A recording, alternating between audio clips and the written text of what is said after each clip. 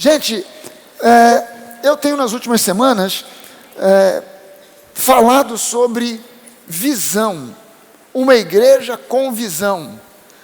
A Nova é uma igreja que tem uma visão. Uma igreja que não tem visão não sabe para onde vai. E não é uma questão de ter uma visão genérica. Por que a sua igreja existe? É porque o mundo precisa de salvação, as pessoas precisam de Jesus. Essa visão não é uma visão para uma igreja local. Essa é uma visão para a igreja do Senhor Jesus, ao redor do planeta Terra. Se alguém estabelecer uma igreja na Lua, esse propósito vai continuar, não vai ser diferente porque foi para a Lua. Aliás, os astronautas que foram dar a volta lá na Lua já chegaram de volta, né? E não sei se você já leu algum relato da viagem que eles fizeram. E eles contaram que quando passaram pelo lado oculto, aquela parte oculta da Lua, eles olharam lá para baixo e viram que já tem na Lua, lá já construído, uma Assembleia de Deus. Então, quando o homem chegar na Lua, a Assembleia de Deus está lá. E perto tem um galpão sendo construído, Casas Bahia. Isso tem em tudo quanto é canto. Tem que ter na Lua. Agora, se fizer uma igreja na Lua, o propósito lá vai ser o mesmo geral que existe para a igreja da face da terra. Salvar, abençoar. Mas qual é a visão de Deus para nós, como nova igreja? Então a gente tem falado sobre isso nessa série que eu estou ministrando aqui. E hoje eu quero falar para você sobre o entendendo o real perfil da igreja de Jesus Cristo. Qual é o real perfil da igreja de Jesus Cristo? Ou seja, se você comparar Jesus com um arquiteto, qual foi a planta, qual foi o desenho, qual foi o design que Jesus criou para a sua igreja? Qual é o modelo que ele criou? O que ele projetou? Qual foi o projeto que ele fez? Se ele fosse um arquiteto e a igreja fosse um prédio a ser construído, qual foi o design que Jesus fez? Qual foi o projeto que ele fez? Que projeto arquitetônico é esse que ele fez para essa estrutura chamada igreja? Atos capítulo 2, versículos 42 a 47, a gente vê aqui a expressão, o escritor de Atos expressando o projeto de Jesus para a igreja no mundo em todos os tempos. E ele diz assim, que os cristãos, aqueles que tinham se convertido, perseveravam na doutrina dos apóstolos e na comunhão. Então, presta bem atenção aqui, e cada detalhe aqui é importante para você entender o projeto de Jesus para essa estrutura chamada igreja. Eles perseveravam na doutrina dos apóstolos, ou seja, por que eles perseveravam na doutrina dos apóstolos? A doutrina dos apóstolos era ainda muito simples, não havia uma coisa complexa, uma teologia super complexa, mas por que eles perseveravam no que eles tinham? Para evitar inventar a roda de novo, para inventar acréscimos ou supressões, para evitar heresias, para evitar invencionices. Então eles perseveravam na doutrina que os apóstolos ensinavam. E perseveravam também na comunhão entre eles. Perseveravam também no partir do pão e nas orações. Ou seja, eles perseveravam em orar e perseveravam em praticar a ceia do Senhor, em servir a ceia. Em cada alma havia temor, havia respeito, havia essa visão, esse entendimento desse respeito, e muitos prodígios e sinais eram feitos por meio dos apóstolos. Todos os que criam estavam juntos e tinham tudo em comum. Havia aqui, obviamente, um contexto. A igreja estava sendo perseguida, ainda não tão violentamente como viria a ser depois, mais tarde, mas já havia uma perseguição contra a igreja. Então eles estavam ali juntos, quer dizer, ninguém fica para trás, a gente se ajuda e se protege uns aos outros, a gente anda em comunhão. Todos estavam juntos e tinham tudo em comum, vendiam as suas propriedades e bens, distribuindo entre todos à medida que alguém tinha necessidade. Ou seja, generosidade era um pilar muito forte desse modelo de igreja.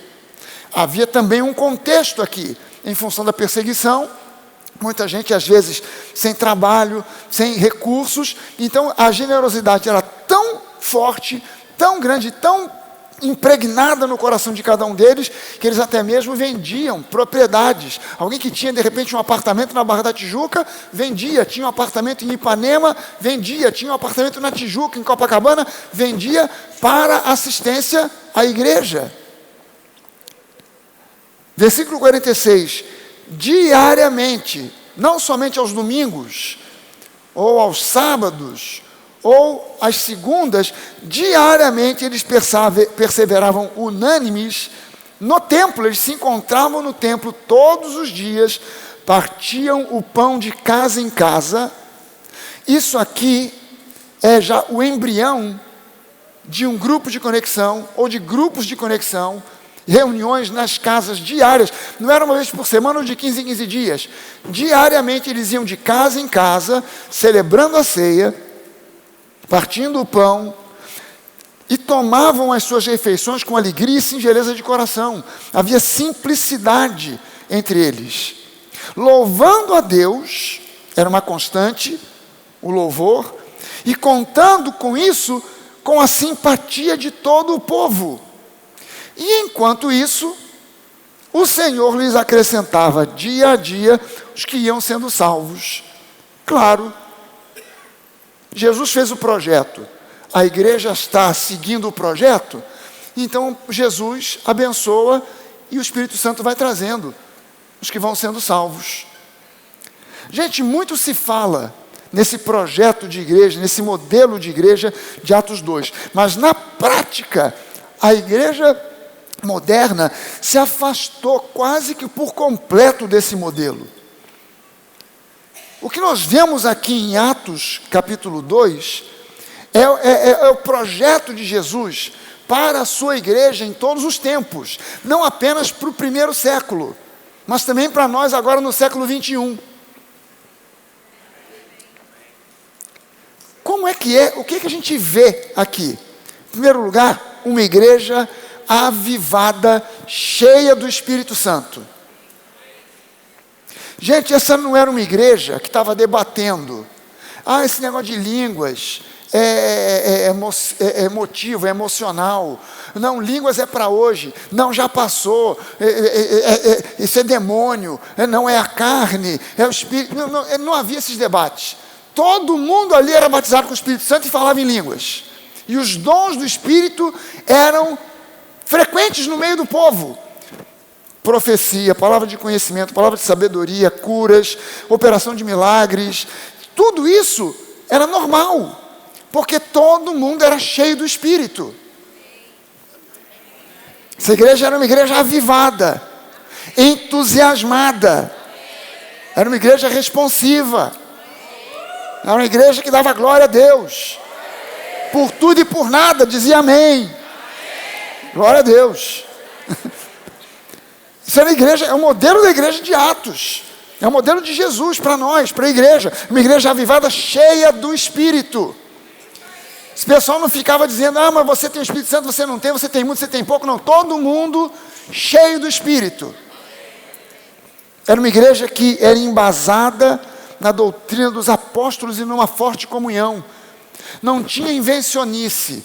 Não tinha ninguém bolando novas doutrinas que distorcessem aquilo que Jesus já tinha estabelecido. Eles perseveravam nisso. Era uma igreja que praticava essa doutrina. Então eles partiam o pão diariamente, de casa em casa. Aqui, no templo e também nas casas. Aqui nós participamos da ceia todo domingo. Os católicos também. Eu não sei porquê, na maioria das igrejas é só uma vez por mês. E tem igreja que é uma vez por ano. Eu falo, meu Deus do céu, não estou entendendo isso, porque aqui diz que era todo dia. Diariamente partiam o pão no templo, depois iam de casa em casa partindo o pão. Então havia celebração da ceia constantemente, todo santo dia. E é um conselho que eu já dei e vou voltar a dar para você. É bom que você participe da ceia todo dia. Quem aqui assistia na época da pandemia, as lives que eu fazia, todo santo dia de manhã. Quem é que assistia? Vocês se lembram que a gente participava da ceia todo dia? Todo dia, era online, mas tinha ceia todo dia.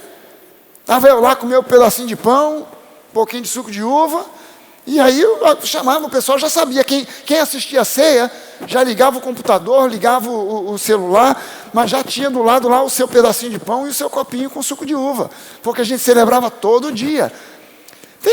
Tem gente que chega aqui, eu me lembro de uma pessoa que chegou aqui, o pessoal evangelizou na Praça do Ó, num dia de movimento lá do SOS, e aí convidar o pessoal, teve gente que veio aqui no culto da noite, né?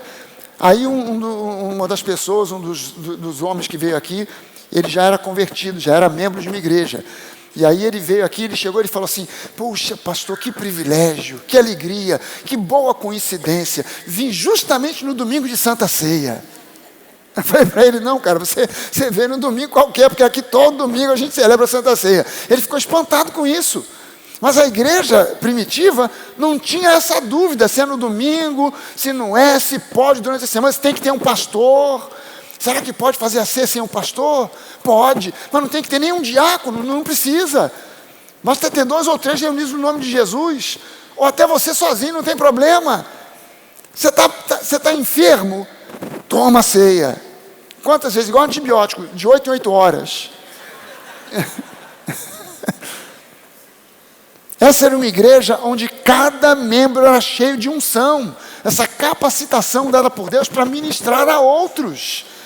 O pessoal não tinha timidez de ministrar uns aos outros, de encorajar uns aos outros, de orar uns pelos outros. Você viu o que eles perseveravam na oração? Então, cara, poxa, meu irmão, Jorge Daltro, tá sentindo uma dorzinha de garganta? Pô, Jorge, vamos orar. Mas não precisa de juntar aqui pelo menos mais alguém que tenha o dom de cura. Cara, não sei se tem ou não tem, mas vamos orar e vai dar certo, porque Deus é bom. E Deus não está procurando gente com título, Deus está procurando gente disponível. Vamos orar, vamos repreender essa enfermidade, vamos andar junto nisso aí. Sabe, essa igreja, por respeitar o projeto de Jesus, era uma igreja onde milagres eram uma rotina. Não era uma coisa assim, um milagre, irmão, vai dar um testemunho semana que vem, porque tem 5 anos que a gente não vê um milagre aqui nessa igreja. Não tinha esse negócio, era constante. Era uma igreja onde ágape, o amor ágape, fluía de modo abundante. Não era uma igreja de fofoca, intriga, de gente brigando por cargo, por dinheiro. Não, era uma igreja onde o amor ágape fluía constantemente, abundantemente. E tudo isso gerava uma igreja onde o altruísmo superava o egoísmo. Aonde a servitude era uma prática orgânica. Aonde a bondade, a simplicidade, o desapego de coisas materiais já estavam no DNA espiritual das pessoas, e o louvor era uma constante. Resultado disso, a igreja gerou um movimento que contava com a simpatia de todo o povo. Eu queria saber aonde e quem conseguiu fazer com que a igreja do século 21 conte com a antipatia de todo mundo. Queria saber aonde que começou esse negócio, aonde a igreja se perdeu, que começou a contar não com a simpatia, mas com a antipatia de todo mundo. Veja bem, a igreja do 1º, do 2º e do 3º século foi uma igreja que contou com a antipatia e a perseguição dos poderosos, de Roma, do status quo do governo, da política. Mas o povo em si tinha antipatia, tinha simpatia pela igreja. Amava a igreja, respeitava a igreja. Amém, gente? Então, cara, a gente precisa recuperar essa simpatia do povo aí de fora. A gente precisa ter um movimento que recupere. Resultado final de tudo isso gerou uma igreja espiritualmente vibrante, profeticamente relevante, socialmente significante e evangelisticamente potente. Como é que é a igreja hoje? Não estou falando agora da nova. Como é que é a igreja de Jesus Cristo, em média, ao redor do planeta Terra, em média, é muito mais embasada em doutrinas de homens, em tradições, legalismo, maneirismos, práticas não bíblicas, do que na palavra de Deus. Meu Pai do céu, que maluquice é essa? A igreja hoje tem uma comunhão extremamente fraca. Veja bem o seguinte: ajuntamento de gente não é comunhão. Você pode ir a um estádio onde tem gente para chuchu e você não tem comunhão com ninguém. Espera-se, na igreja moderna, se espera unção na liderança, não no povo. Resultado, a liderança tem que ser doadora e o povo se torna meramente um receptor. Quer dizer, a igreja virou como uma estação de rádio. Os pastores são a central da rádio que transmite, e o povo são os rádios, que só recebe as ondas do rádio para... Não. Todos nós aqui somos capacitados por Deus para ministrarmos uns aos outros, para sermos cheios do Espírito. Na igreja moderna, milagres são coisas esporádicas, cada vez mais esporádicas. Você volta no tempo e você começa a ver que tempos atrás, no século retrasado, século XIX, você tinha evangelistas por tudo quanto é canto do mundo, fazendo campanhas, fazendo cruzadas, não é nem campanhas, cruzadas, e as curas eram constantes. Você pega filmes do século XX, do início do século XX, de tendas que o pessoal armava para fazer cruzada evangelística lá nos Estados Unidos, e tem filme em preto e branco ainda, filme antigo, de pessoas vindo em macas, e no culto o evangelista lá orando, e a pessoa levantando e saindo andando. Mas parece que conforme mais a gente vai chegando para o tempo agora da grande tecnologia, de tanto conhecimento, e os milagres vão ficando raros. Cara, nós temos que ser uma igreja onde milagres sejam uma constante, onde as pessoas também tenham coragem, ousadia para contar os milagres que Deus faz. Sabe, a gente passou uma vez aqui há pouco tempo um testemunho de uma família que chegou aqui na igreja quebrada, 2 filhos autistas, um deles assim, estava passando por um momento dificílimo, porque não comia, garoto magro, palito, não comia, não gostava de nada, não queria comer, o médico já estava querendo internar para fazer injeção, para botar soro com proteína, com vitamina, porque senão o garoto ia morrer de inanição. O pessoal do grupo de conexão orou por esse menino pelo WhatsApp. Não foi lá para impor as mãos na criança, não. Oraram, o grupo, não foi o pastor, foi o grupo de conexão. Eu só fiquei sabendo depois. O grupo de conexão orou pelo menino. No dia seguinte, o menino, de manhã, quando acordou, olhou para a mãe e falou assim: mãe, estou com uma fome. Aí o problema inverteu. O moleque virou uma draga. A mãe agora não para de fazer comida.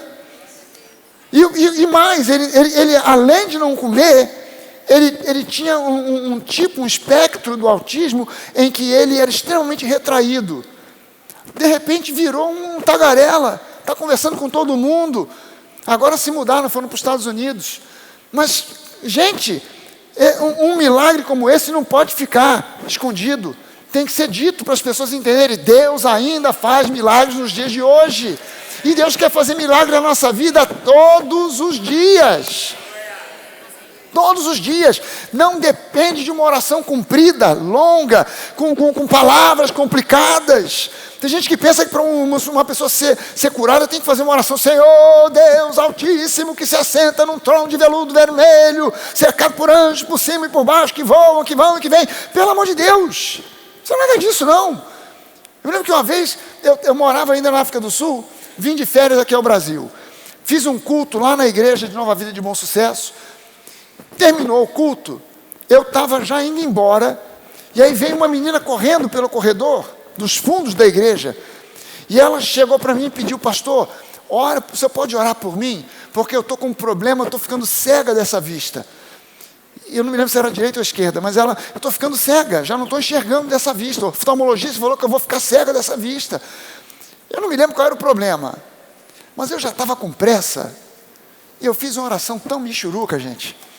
Eu botei a mão assim e falei, fica curado em nome de Jesus. Entrei no carro e fui embora.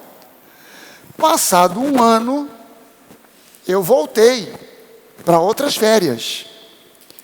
E aí encontrei a garota. Quando eu chego na igreja, encontrei a garota. Quando eu olhei para a garota, eu lembrei. Falei, essa garota do olho estava ruim. Eu fiz aquela oração, meu Deus do céu. Aquela oração, mas não subiu 2 metros. Ela ficou... Eu já estou vendo ela vindo aqui para dizer, pastor, fiquei cega mesmo do olho.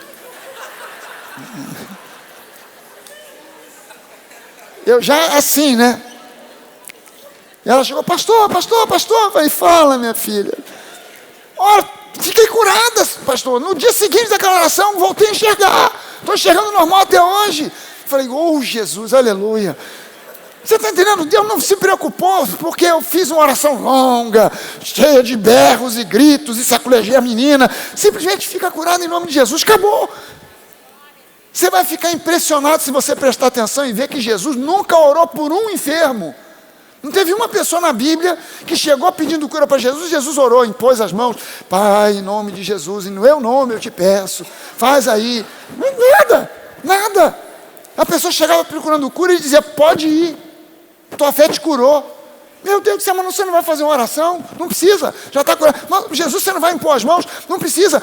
Claro, ele falou para nós, vão por todo mundo, se vocês impuserem as mãos sobre os enfermos, eles serão curados. Mas ele não disse se você impuser as mãos com uma oração cumprida, com palavras rebuscadas, aí sim Deus vai curar. Não. Simplesmente você faz como Jesus, pode ir em paz, e já resolve o problema. Amém, gente? Milagres tem que ser uma constante. A igreja hoje é uma igreja de cada um por si. Já não é aquela igreja daquela comunhão que nós vemos aqui. É uma igreja onde meia dúzia carrega o piano e o resto só fica aplaudindo. Vai e volta. Cada domingo sentando no banco, ouvindo uma boa mensagem, vai para casa, não se mobiliza. E a igreja tem um irmão que ele está liderando o grupo dos homens, mas ele também ajuda na música, ele também canta, ele trabalha na cantina, ele limpa a igreja, porque uma pessoa só faz meia dúzia de coisas. E aí você tem um grupo pequeno carregando o piano e o resto do pessoal só olhando e aplaudindo. Essa não é a igreja que Jesus projetou.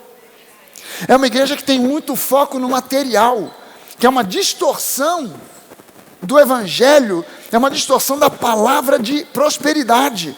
Então tem gente que vai à igreja só para buscar milagre econômico. Eu estou indo à igreja porque eu preciso de um emprego. Eu estou indo à igreja porque eu quero que ore para aumentar o meu salário. E Deus faz isso.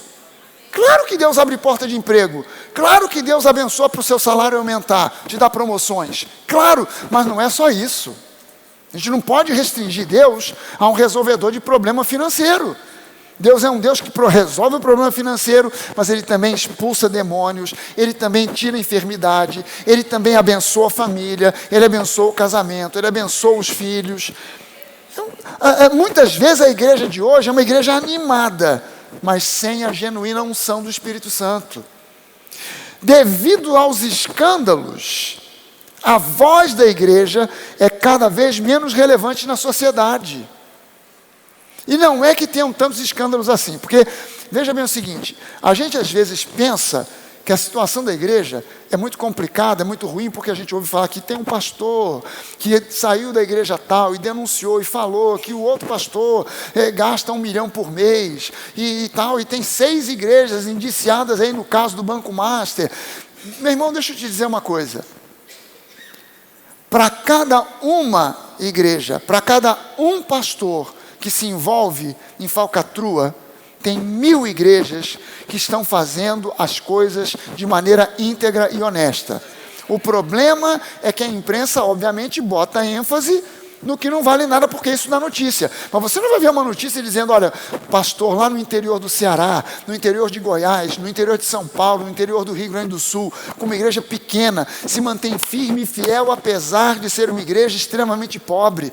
Pastor sem recursos, não pode oferecer o melhor para a sua família, mas ele está firme e forte lá, pregando para as pessoas, anunciando Jesus, muitas vezes sendo criticado por um monte de gente, e ele está sendo íntegro, honesto, na crença em Jesus Cristo e veiculando, falando do Evangelho de maneira séria e honesta.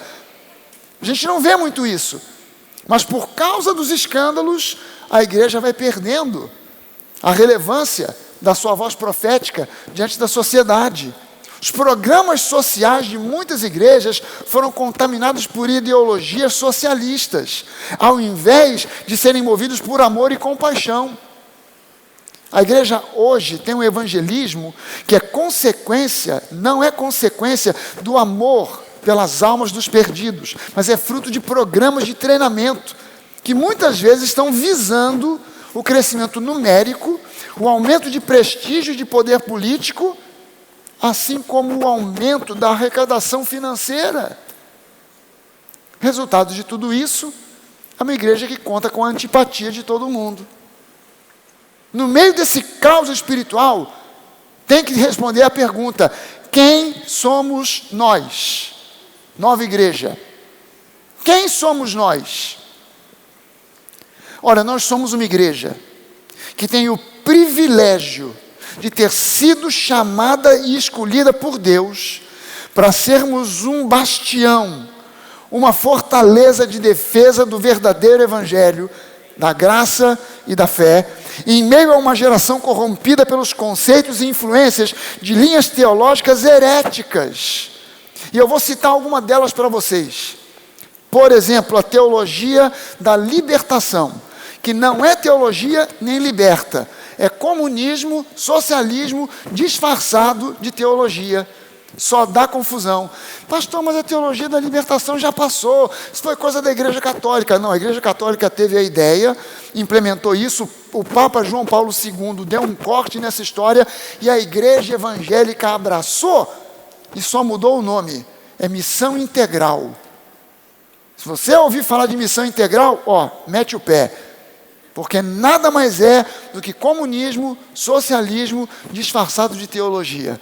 Isso não vem de Deus. É teologia herética, é heresia pura, que é outra teologia crítica, que é incredulidade e o próprio Satanás disfarçado de teologia.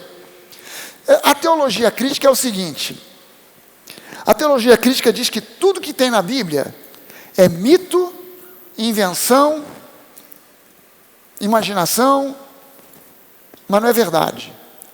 E que o que você encontra aqui só tem validade se for comprovado pela ciência, pela arqueologia e etc.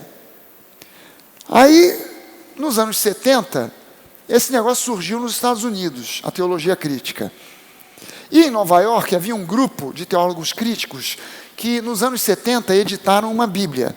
E essa Bíblia, para você ter ideia do nível da coisa, eles colocaram as palavras de Jesus com 3 cores diferentes.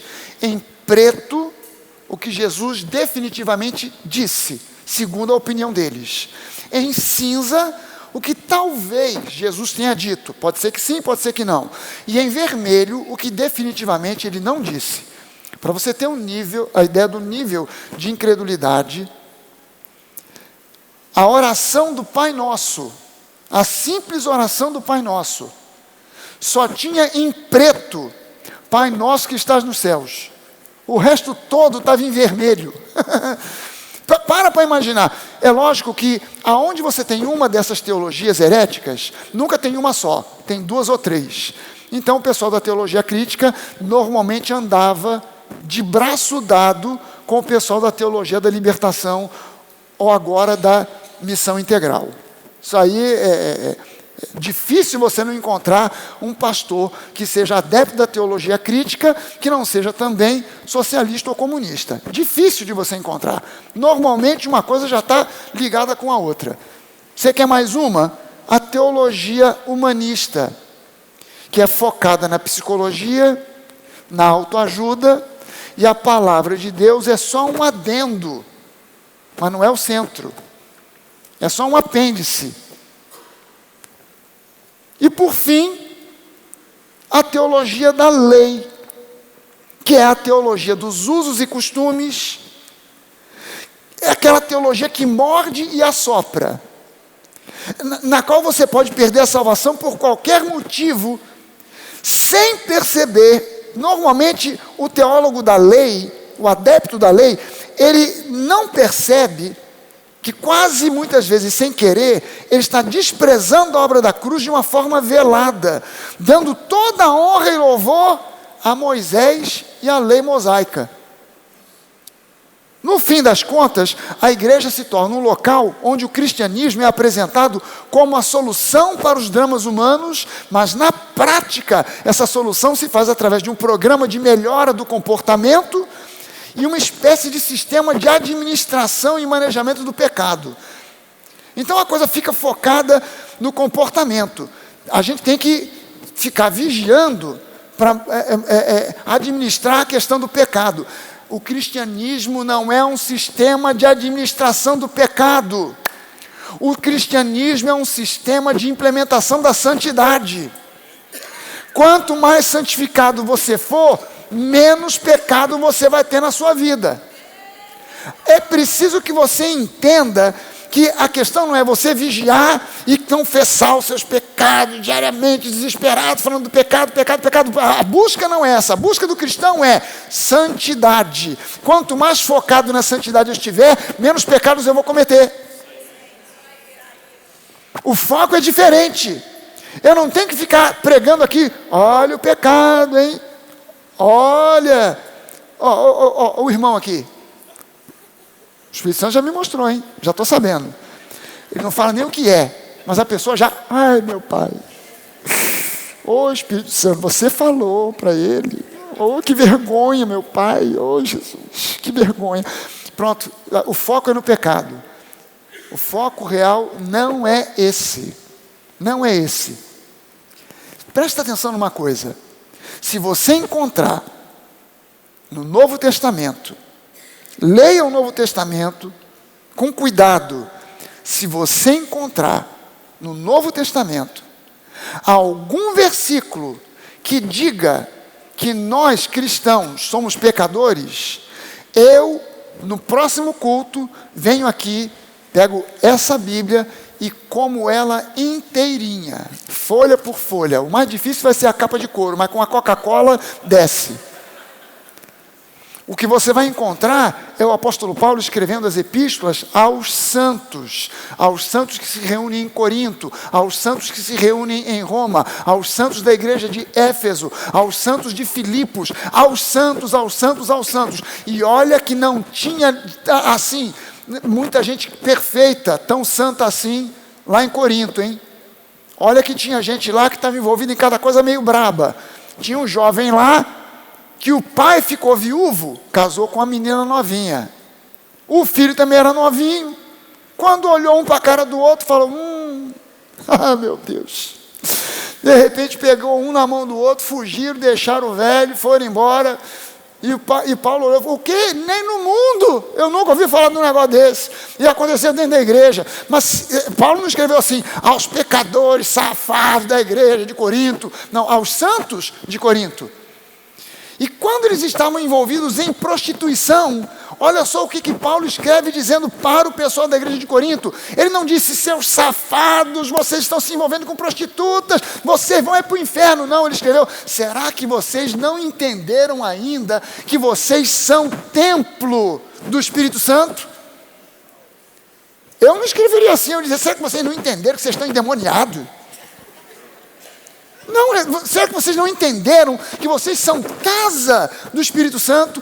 Não tem como haver comunhão entre o Espírito de Deus e o Espírito da prostituição. Então glorifiquem a Deus, olha só como ele diz, glorifiquem a Deus no seu corpo mortal. Uau! O foco não é o pecado, o foco é a santidade. Focando na santidade, a prática do pecado começa a desaparecer. Por entender isso, nós, a nova igreja, somos uma igreja cuja teologia está focada na teologia paulina da nova aliança, cujo foco é centrado em 3 coisas: amor, graça e fé. Alguém pode dizer amém por isso? Gente, eu tenho que falar isso para você. O diabo não quer e não gosta de uma igreja focada em amor, graça e fé. É o que ele mais odeia. Essa noite eu tive um sonho. Eu não sou de lembrar de sonho, mas olha que sonho maluco. Eu sonhei com Murilo Benício. O Murilo Benício, com esse personagem que ele está fazendo na novela, que ele é ruim, é um crápula, só que ele era pastor de uma igreja. E ele queria me convencer a ser pastor na igreja dele. E ele dizia: você tem que vir para cá. Eu dizia: cara, não posso, eu já tenho responsabilidade com a nova. Não, você tem que vir para cá. E ele queria me convencer por tudo, que eu tinha que ir para a igreja dele. Eu acordei apavorado. Meu Deus, me livra disso. Alguém no meu calcanhar querendo me tirar da nova para levar para outro plano qualquer. Porque nem precisa nem tentar. Não vai conseguir. Mas nós somos uma igreja cuja teologia é firmada em cima da teologia de Paulo, que era firmada em cima da revelação que Jesus deu a ele. Você está entendendo por que a teologia paulina é importante? Porque é uma teologia que Jesus entregou para ele. Não é uma teologia que ele inventou, que ele começou a olhar e falou assim: esse negócio que Pedro está falando eu não concordo muito não, acho que é melhor assim, o assado. Não foi isso. Ele não conhecia nem a Pedro, nem a Tiago, nem a João, nem ninguém. E Jesus pegou, levou ele até o céu. Ele teve um encontro com Jesus. Jesus falou: anota aí, Paulo, é isso, meu povo. Eu quero que o meu povo entenda. Eles são agora a casa do Espírito Santo. Se só tivesse nos evangelhos, não tivesse as epístolas de Paulo, você não saberia que você é a casa do Espírito Santo. Você não saberia que você hoje é embaixador de Cristo. Você não saberia que você está assentado com Cristo em lugares celestiais. Você não saberia que ele pegou a lei, o escrito de dívida que era contra nós, e cravou na cruz de Cristo, que Jesus pegou e cravou na cruz. Você não saberia que com Jesus nós fomos crucificados, com ele fomos sepultados, com ele ressuscitamos e agora estamos assentados em lugares celestiais. Isso é teologia paulina. Isso é teologia de Paulo. Isso é entendimento que Paulo recebeu e que Pedro, Tiago e João tiveram que aprender com Paulo. Pedro bateu de frente com Paulo um bocado, porque Pedro entendia o cristianismo ainda por um viés judaico. E o cristianismo tem raízes no judaísmo, mas nós não somos judeus, somos no espírito, não somos na carne. Não existe ordem no Novo Testamento para a gente ter aqui na plataforma menorá, arca da aliança, altar de incenso. Isso é prática para o povo judeu, não para nós. Não para nós. Então, não existe nada no Novo Testamento dizendo: olha, vocês têm que guardar a lei de Moisés. Os homens têm que ser circuncidados. As mulheres têm que sentar de um lado, os homens do outro. Não existe nada disso para nós no Novo Testamento. Mas esse entendimento todo veio através de Paulo. Então ele bateu de frente muitas vezes com Pedro, mas no final da vida, Pedro, escrevendo a sua última epístola, ele aconselha, não é para uma igreja, Pedro estava escrevendo para a comunidade dos judeus convertidos a Cristo espalhados pelo planeta, ou por aquilo que era conhecido como mundo até então. E ele está escrevendo para aquela comunidade, e ele diz: olha só, prestem atenção no que diz o nosso amado irmão, o apóstolo Paulo, porque o cara é de Deus. Até então, ou antes, claro, não foi uma coisa que ele chegou à conclusão ali naqueles minutos ali, ele já vinha entendendo, mas levou um tempo. Então nós somos uma igreja firmada na teologia da nova aliança. Amém, gente? Então eu quero levantar aqui alguns pontos para você, muito rapidamente, alguns pontos que mostram quem nós somos, qual a nossa visão, o que a gente espera como igreja, de sermos como igreja. Primeiro deles, a nova não foi chamada para ser uma igreja adaptada ao status quo, mas sim uma igreja revolucionária. Amém. Vou repetir de novo para você. A Nova não foi chamada para ser uma igreja adaptada ao status quo. Nós fomos chamados para sermos uma igreja revolucionária. Não é no sentido de pegar em armas, vamos lá, companheiro, agora vamos botar. Não é isso. Revolucionária no sentido como a igreja primitiva foi revolucionária. Para você ter ideia do quão essa igreja foi revolucionária, quando a igreja começou, os romanos adoravam aos deuses romanos, os gregos adoravam aos deuses gregos, os romanos adorando aos mesmos deuses dos gregos com alguns nomes diferentes, Artemis e Diana, mas você tinha também Afrodite para os gregos, você tinha Apolo, você tinha Júpiter, Zeus, esse pessoal adorava, tinha templos para esses deuses. O cristianismo foi chegando, ao ponto desses templos todos virarem museus ou simplesmente sítio arqueológico, aonde o povo hoje vai para visitar em turismo. Aquela idolatria foi sumindo e desaparecendo porque o cristianismo foi chegando. Você está entendendo isso? Por quê? Porque o cristianismo revolucionou, ao ponto do pessoal deixar para trás os falsos deuses para abraçar o Deus verdadeiro. Quem é que imaginaria uma igreja próspera, vitoriosa em Roma? O centro da perseguição ao cristianismo, e tem uma igreja lá que surge, que Paulo instrui, e é uma igreja próspera. Imagina só, Paulo preso. Em uma das suas epístolas, Paulo termina a epístola dizendo assim: olha, manda um abraço aí para a galera, eu aqui, e o pessoal que está aqui comigo está mandando um abraço para todo mundo, em especial para os irmãos da casa de César. Para os irmãos da casa de César. Você sabe o que Paulo estava dizendo? Que havia gente da família do imperador de Roma que tinha se convertido. Como é que isso aconteceu?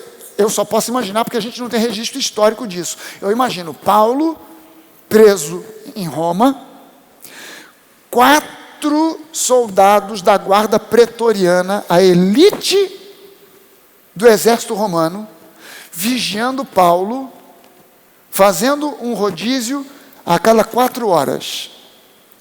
E Paulo preso. Aqueles 4 homens da guarda pretoriana saíam os imperadores. O imperador de Roma não era o filho do imperador anterior. Era alguém que era escolhido no meio da elite do exército romano.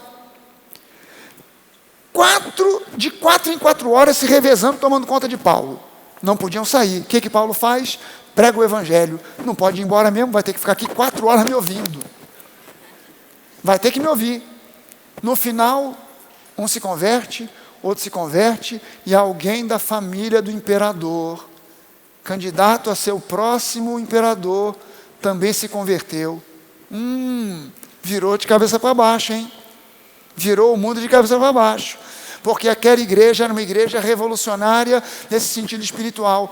Nós precisamos de voltar a ter uma igreja revolucionária que vire o Rio de Janeiro de cabeça para baixo, que o Rio de Janeiro perca a fama de ser um lugar do tráfico, da violência, do assalto, e se torne um lugar aonde as pessoas vêm para fazer turismo espiritual, para conhecer as igrejas, para passear livremente nas ruas de Copacabana, de Ipanema, do Leblon, frequentar a igreja de Ipanema, que é linda e maravilhosa. Podemos ir à praia sem medo de arrastão, e depois da praia podemos ir ao culto lá na igreja de Ipanema. Podemos ir à praia numa boa e passear durante o dia todo, e nos restaurantes da Barra da Tijuca, e no final do dia ir lá na Nova do Freeway, porque nós estamos em segurança. E por quê? Porque o povo de Deus revolucionou essa cidade, virou essa cidade de cabeça para baixo.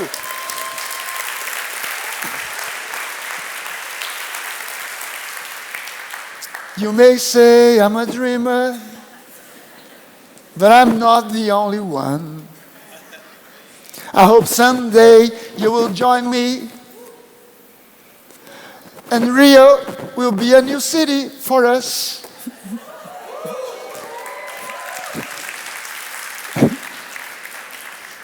Quem não entende inglês, depois pergunta para quem entende, para traduzir para você. Segunda coisa, Deus quer que a sua igreja seja uma igreja vibrante. Que os mortos ressuscitem. Gente, quando Davi trouxe a arca da aliança de volta para Israel, a arca tinha sido levada anos antes pelos filisteus. Durante todo o reinado de Saul, o Santo dos Santos do templo de Salomão estava vazio. Perdão, o templo de Salomão ainda não existia. O tabernáculo, já estou adiantando o túnel do tempo aqui. O tabernáculo estava com o Santo dos Santos vazio, porque a arca da aliança estava lá com os filisteus. Davi resolve ir buscar a arca. Estava na casa de um homem chamado Obed-edom. Ele vai lá para buscar a arca, ele traz a arca. Quando Davi trouxe a arca, foi uma festa em Jerusalém. Uma festa. Quando Davi entrou com a arca, ele entrou na frente, a arca vindo atrás, e ele na frente dançando, pulando, celebrando, o povo celebrando uma espécie de carnaval espiritual. Todo mundo celebrando a chegada da arca. Davi coloca aquela arca no alto do Monte Sião. A arca fica exposta durante 40 anos. E durante 40 anos, havia ali 24 horas por dia, grupos de levitas que se revezavam num coral de louvor e adoração a Deus. E as pessoas se chegavam a qualquer hora do dia ou da noite e tinha adoração diante da arca. Ali naquele período de 40 anos foi que Davi compôs a maioria dos salmos. As pessoas acham que Davi compôs os salmos quando ele era um menino, lá no campo com as ovelhas, com a sua harpa. Não, não. A maioria dos salmos foi composta em Jerusalém, no Monte Sião, por Davi e por outras pessoas nesse período de 40 anos. Porque ali havia inspiração dada por Deus, adoração, louvor, festa. Você já foi a muita festa, mas eu duvido que você tenha ido a uma festa que durou 40 anos.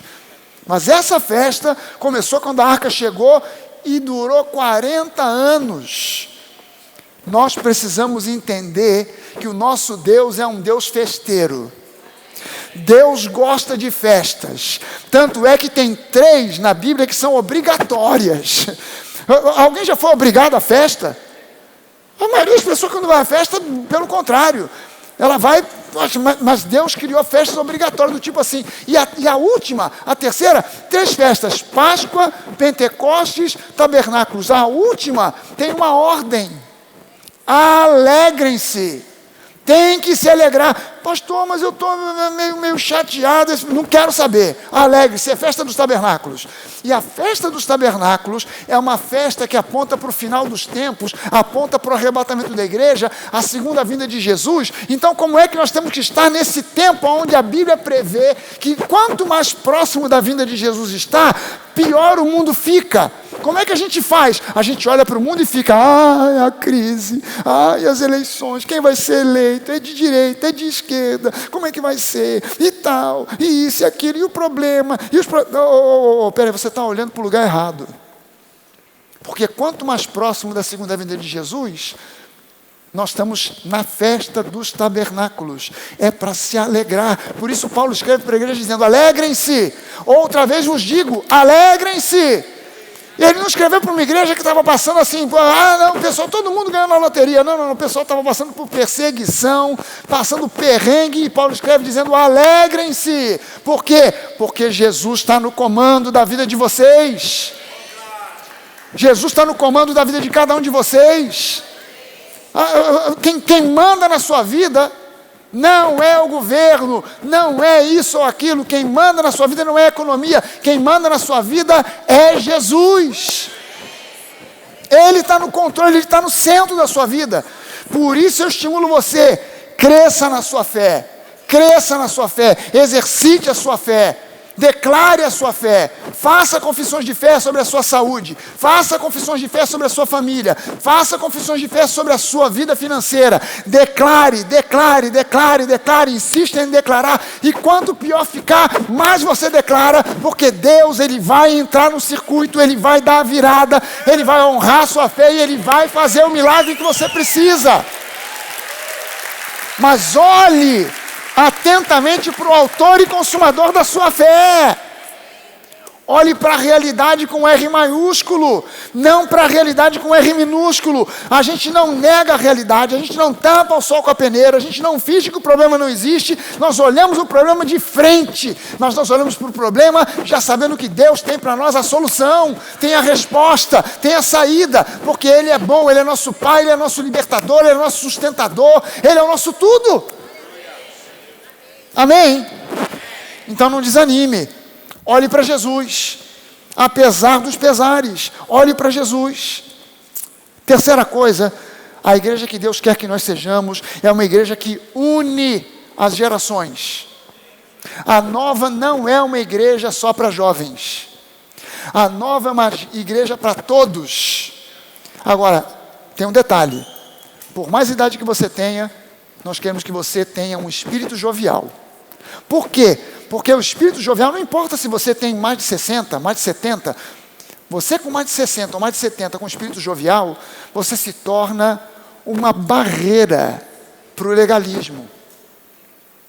A garantia de que o legalismo não vai entrar é que nós façamos algumas coisas. A primeira delas é que nós estejamos pregando e ouvindo a verdadeira palavra da graça e da fé.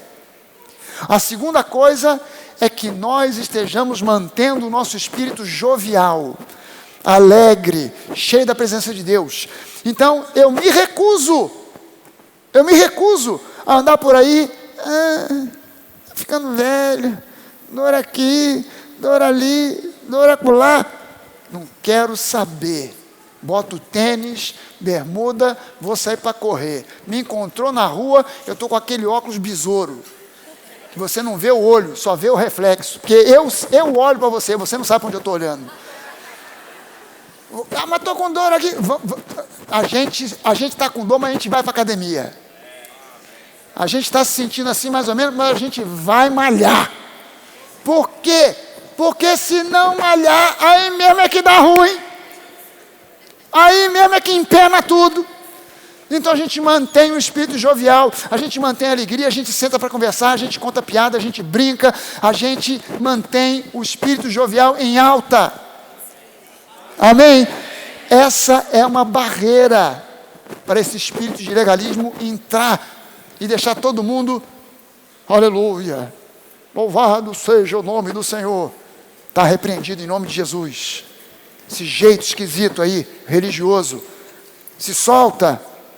Seja você mesmo. Mas eu sou assim mesmo, pastor. Então tá bom, vamos embora assim mesmo. Eu botei um quadro aqui, de um tempo para cá começaram a classificar as gerações, né? Dar nome para as gerações. Então olha só, Baby Boomers, o pessoal que nasceu de 1940 a 1960. Eu quase saí dos Baby Boomers, 58, quase saí, mas estou dentro. Quem é Baby Boomer aqui? Ó, nós já somos minoria, hein, gente? Eu digo sempre para a Denise, a gente junta todo mundo da família, tira aquela foto de família. Eu falo, Denise, essa foto é aquela foto que você bota assim, ó, você amplia, e depois você vai fazendo assim, ó. Foi, partiu, já era.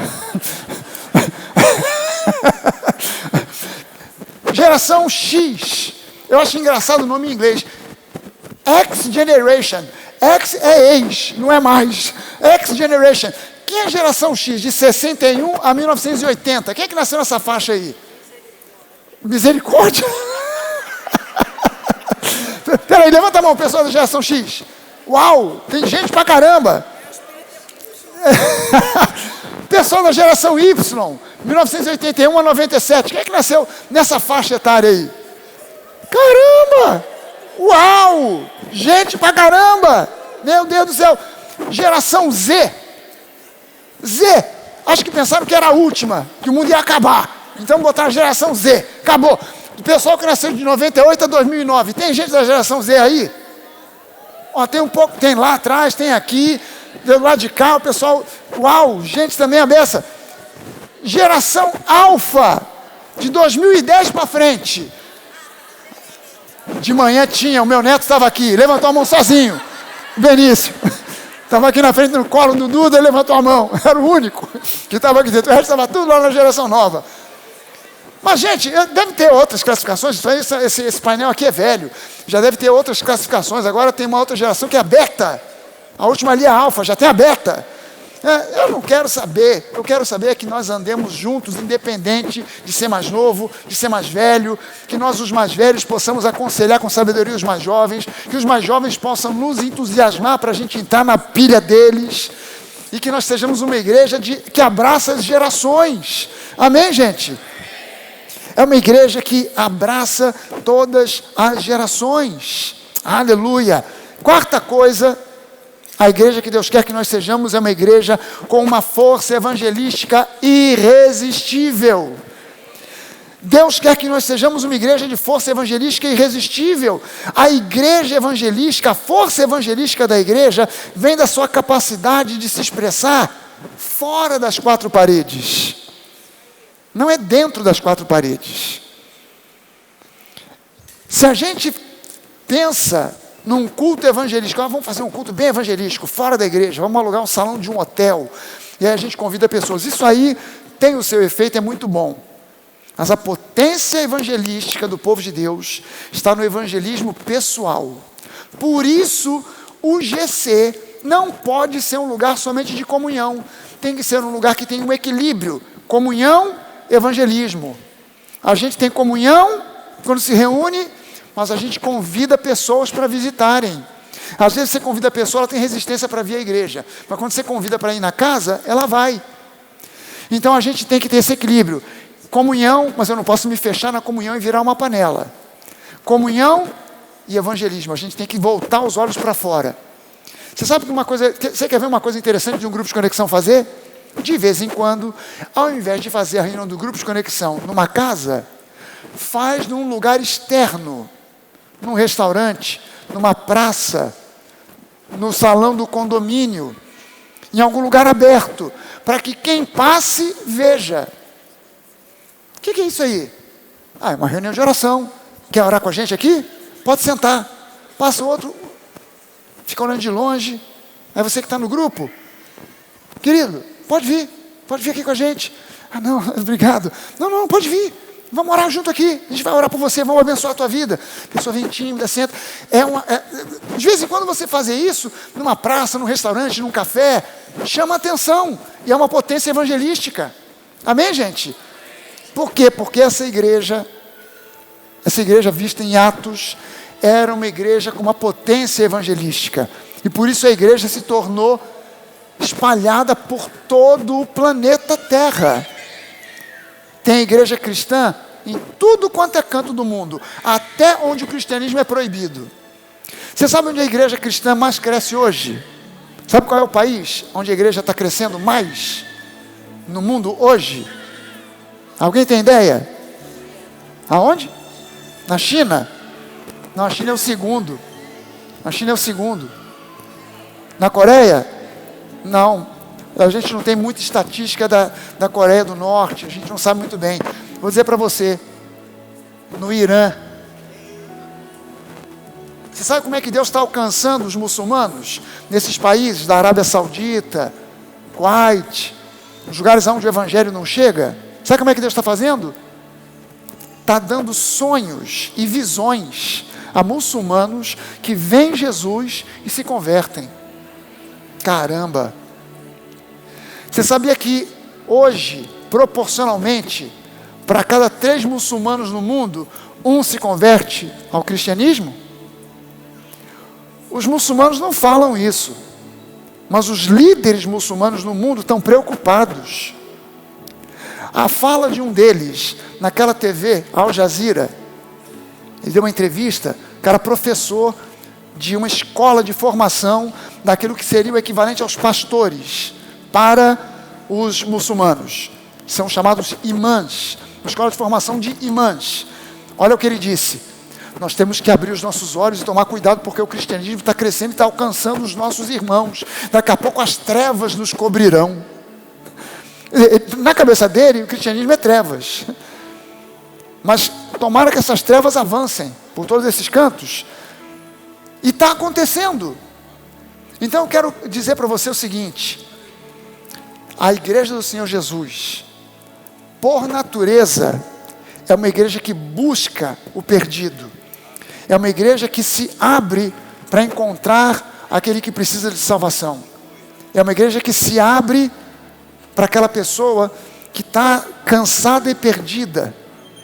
Que está perdida na prostituição, nas drogas, envolvido em tanta confusão, que está com a família destruída.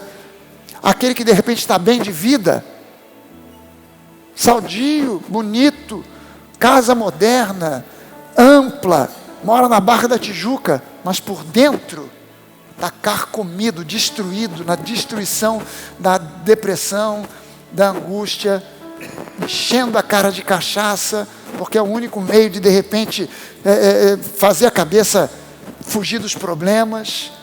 Nós temos uma potência evangelística que precisa deixar de ser potencial e precisa se tornar algo real do dia a dia. Como igreja, não é uma questão de que um irmão é bem evangelista, o outro é mais ou menos, o outro não é nada. A questão não é essa, não é uma análise de fulano, ciclano e beltrano. Como igreja, como congregação, como nova igreja, nós precisamos ter uma igreja que seja evangelisticamente potente. Para ter mais gente? Não é simplesmente para isso. Para ter mais arrecadação financeira, pastor, mais ofertas? Não é para isso. É para que Jesus, olhando para nós, possa dizer, caramba, essa igreja aí, eu me agrado dela. Está fazendo a obra para a qual ela existe. Alcançando os perdidos, abençoando pessoas, divulgando o verdadeiro evangelho da graça e da fé. Amém, gente? E por último, em quinto lugar, a igreja que Deus quer que nós sejamos é uma igreja que seja sal da terra. Sal da terra. Que nós sejamos relevantes nesse mundo. Que nós sejamos pessoas que as pessoas olham e falam assim, cara, esse cara, essa mulher é cristão de verdade. Não é conversa, não é religiosidade, não é tipo para impressionar. É cristianismo sério. Nós temos que ser sal da terra. Olha o que Jesus disse. Se o sal, vocês são o sal da terra. Olha o que Jesus disse. Vocês são o sal da terra. Se o sal perder o sabor, não presta para mais nada, a não ser para ser jogado fora. Agora, eu nunca vi o sal perder o sabor. Você pega de repente um recipiente de sal. Às vezes o sal está até empedrado, porque ficou ali tanto tempo, a umidade empedrou o sal. Você vai lá, dá uma socada no sal, ele volta. Você pega aquele sal que está guardado há 1, 2, 3 anos, bota na comida e ele salga. Não perdeu o sabor. Para o sal perder o sabor, ele teria que sofrer uma alteração química para mudar a sua natureza. E deixar de ser sal e ser um pó inerte. Quem de vocês pegaria um sal que sofreu uma transformação química, virou apenas um pó inerte e botaria na salada? Quem de vocês botaria esse sal que perdeu o sabor no arroz, na carne? Você pega a salada, pega uma alface com tomate, uma salada simples de alface com tomate, sem sal, sem nada, come, misericórdia, ô troço sem graça. Agora você bota um salzinho, ainda que não tenha nem azeite, ainda que não tenha aquele aceto balsâmico, mas você botou um salzinho, uau, o tomate faz assim, ó, vive. A alface vira outra coisa, ressuscita, vira um outro negócio. De vez em quando a Denise faz umas coisas assim para me agradar. Aí ela faz lá uma brusqueta, oh aleluia, aquela brusqueta desse tamanhão assim, ó, aquele brusquetão, aleluia. Bota aquele tomate em cima, aquele manjericão, não bota sal. Você bota aquilo na boca e fala, pô, está sem graça. Aí você vai lá, pega aquele sal do Himalaia, aquele sal cor-de-rosa, crec, crec, crec, crec. Quando você come, uau, explode na boca. Vós sois o sal do mundo, da terra. Vocês são o sal da terra. Não deixe o sal perder o sabor. Não deixe o sal perder o sabor. Continue sendo relevante. Não deixe haver essa alteração tamanha que o sal deixe de ser sal. Não, continue sendo sal. Salgue, você é a luz do mundo. Ilumine o que está à sua volta. Seja uma bênção. Vou repetir. Seja sal da terra. Seja a luz do mundo. Seja uma bênção. Aleluia. Eu não sou a bênção só para mim, não. Eu sou abençoado para me tornar bênção para os outros. Amém, gente? Não posso ter aquela filosofia. Jesus, meu nome é Mateus, e abençoa só os meus. Não, é para fora. Também, eu sou abençoado para ser uma bênção. Amém, gente? Você pode ficar de pé? Você pode profetizar na vida de alguém que esteja perto de você, estender as suas mãos para essa pessoa, orar junto com ela, profetizar na vida dela e dizer para ela: você é uma bênção. Seja uma bênção. Aonde há dor, que você leve conforto. Aonde há tristeza, que você leve alegria.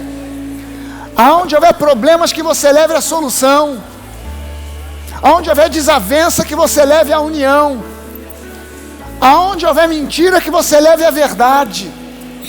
Aonde houver guerra, que você leve a paz. Seja uma bênção. Aleluia. Aleluia. Se você já foi católico, ou é católico ainda, há uma oração chamada oração de São Francisco.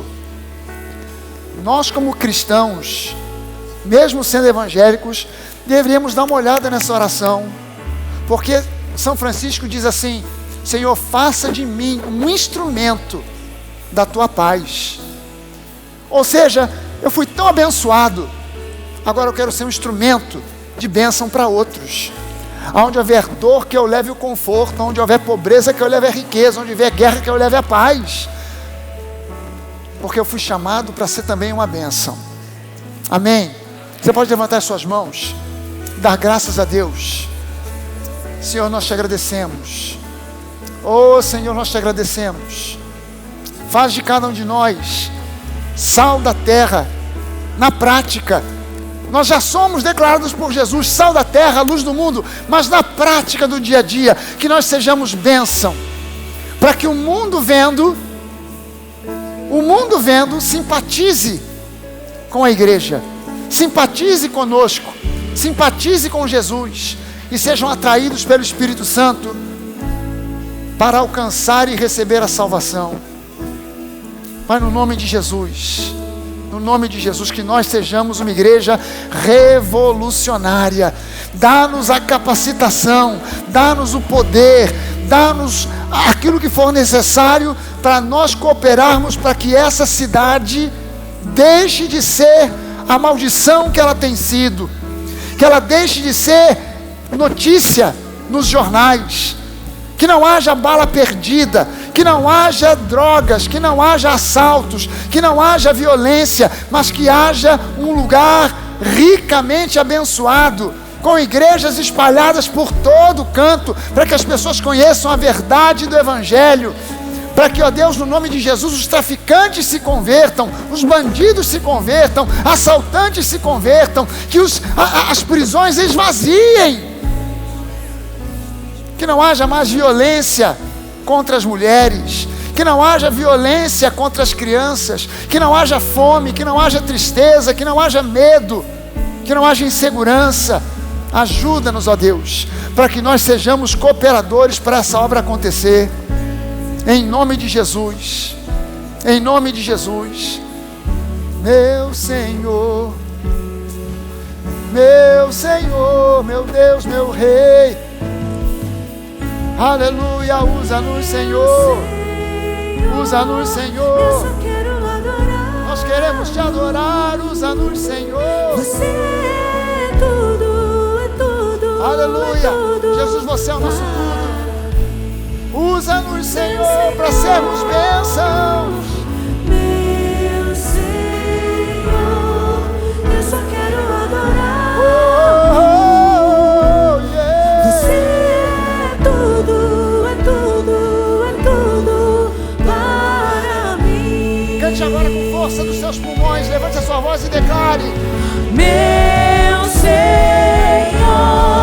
eu só quero adorá-lo. Você é tudo para mim.